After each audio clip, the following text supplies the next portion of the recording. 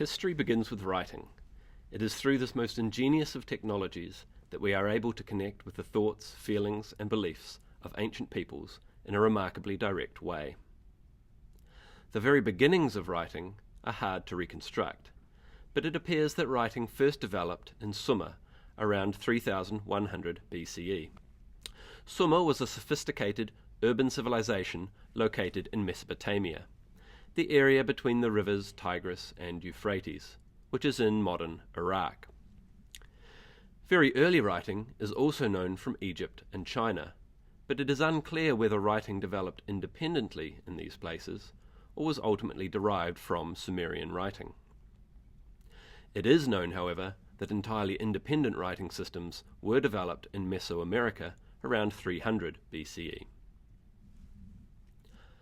Written texts from Sumer and other civilizations in the region used a script called Cuneiform, an example of which you can see here. Each symbol in the cuneiform script is made up of a series of triangular marks or wedges, which give the script its name. Cuneus is the Latin for wedge, so cuneiform simply means wedge-shaped. Cuneiform was used for a variety of different genres of text, from epic literature to royal proclamations to administrative documents. Important texts could be inscribed on large stone tablets, while more mundane texts were pressed into clay tablets. Special Collections at the University of Missouri has 8 cuneiform tablets, most of which have been translated. All of these tablets are so-called messenger texts, receipts for the transfer of goods from place to place. This one, for example, is a receipt for delivery of various types of garment to a fuller, and dates from around 2000 BCE. The use of clay tablets was restricted mostly to areas around Mesopotamia, though they were also used in the very earliest period of Greek history. The very earliest Greek texts, which are all administrative documents, are recorded on clay tablets using a script called Linear B, which is unrelated to the later Greek alphabet. Rather than clay tablets, it was another medium for recording written texts that came to dominate throughout the Mediterranean and Europe. This was papyrus. Papyrus is a type of reed that grows in the Nile Delta in Egypt, and it was the Egyptians who first used this reed to make a material to write on. Here we see a fragment of papyrus with an Egyptian text recorded in hieroglyphics. The text is from the famous Book of the Dead, a funerary text often buried with the dead in tombs. This fragment dates from around 1500 to 1100 BCE, though writing had been used in Egypt since about 3000 BCE. Papyrus was also widely used by the ancient Greeks and Romans, and it is a Roman writer, Pliny the Elder, who gives the fullest account of the production of papyrus. According to Pliny, who was writing in the 1st century CE, strips from stalks of the papyrus plant were laid across each other at right angles on a board moistened with muddy water from the Nile. The strips of papyrus were then pressed together. This separated the individual fibres in the stalks and also released sap, which, together with the clay in the muddy water, stuck all the fibres together. The result was the paper-like material that you see here. Pliny identifies 7 grades of papyrus that were used in his day. The highest quality was originally called hieratic, from the Greek word for holy, because the Egyptians originally used it for religious texts. The lowest grade was of such poor quality that it was mainly used as wrapping paper. Whatever its grade, only one side of the papyrus was usually suitable for writing on. On one side it was easy to write left to right with the horizontal grain, but on the other side, the vertical grain produced by the fibres laid at right angles made writing all but impossible. This made papyrus a somewhat inefficient writing material. Once the papyrus sheets had been prepared, they were glued together into long strips. These strips were then rolled around a rod to produce the most common form of book in the ancient world, the book roll or scroll. Although scrolls were used for hundreds of years, this form of book did have some disadvantages, as this scroll from the 19th century shows. Most importantly, it was quite difficult to navigate one's way through the scroll. If you were at the end of the scroll and wanted to check something at the beginning, you had to wind your way through the whole scroll. It was impossible to quickly flip back and forth, as with a modern book. This is perhaps why ancient authors, when they refer to other authors, often paraphrase rather than quoting exactly.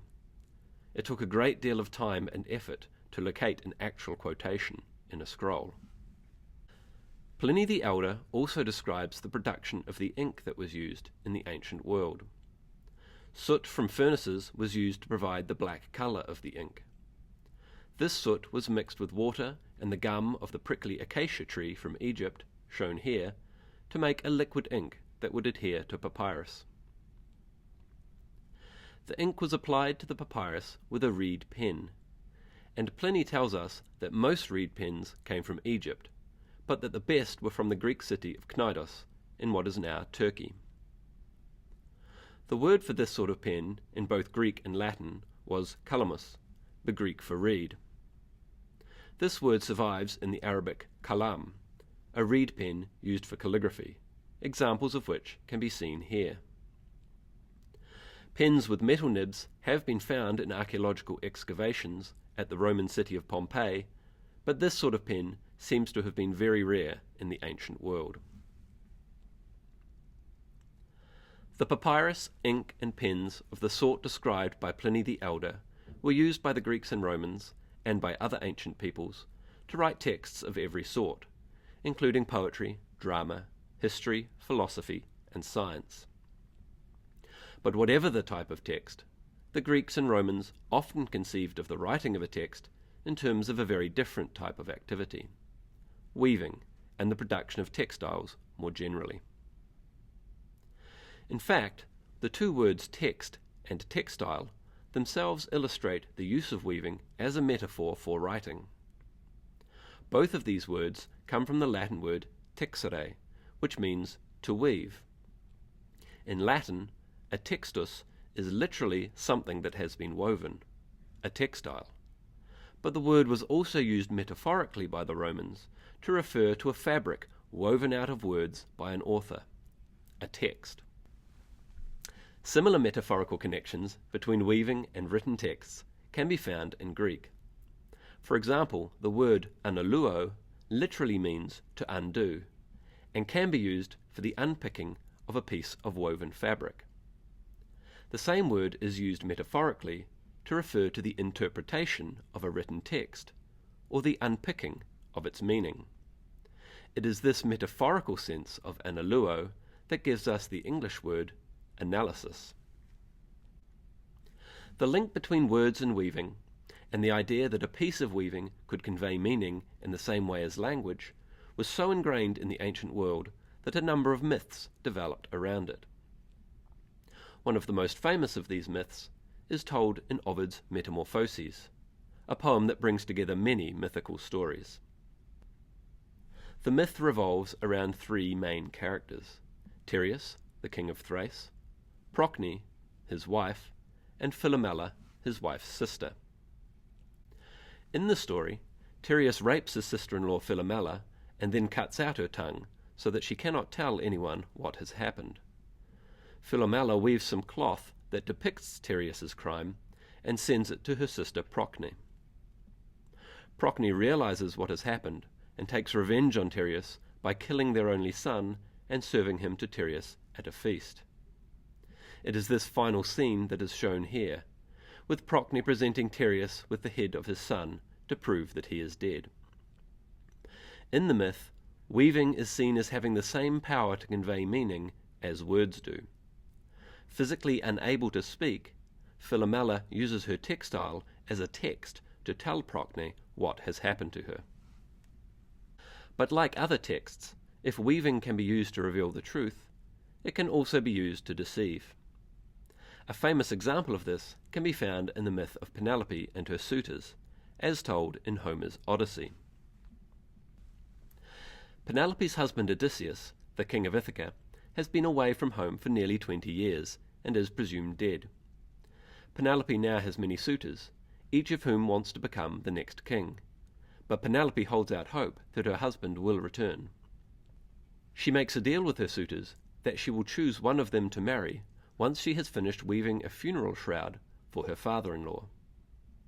She then uses her weaving to deceive the suitors, working on the shroud by day, but unpicking it by night. And, of course, the word used to describe Penelope's unpicking of the shroud is analuo. Eventually, Odysseus, who is in fact alive, returns home and kills the suitors. This late medieval woodcut shows both Penelope with her loom and Odysseus killing the suitors. Towards the end of antiquity, new writing technologies began to be developed. The use of parchment instead of papyrus became much more widespread, and, most importantly, the scroll form of the book was gradually abandoned in favour of the codex, which is the physical form of book that survives to this day. What you can see here is a medieval example of the codex form of the book. These changes in technology naturally led to changes in the way people thought about the writing process. In future modules for this course, you will learn about the developments in the history of the book that took place from the medieval period right up to the present day. In spite of these changes, however, ancient technologies for recording texts and ancient ways of thinking about texts continue to inform modern conceptions of the text. We talk, for example, about scrolling through texts that we encounter in digital formats. And when reading a book, we can still say that we have lost the thread of its plot.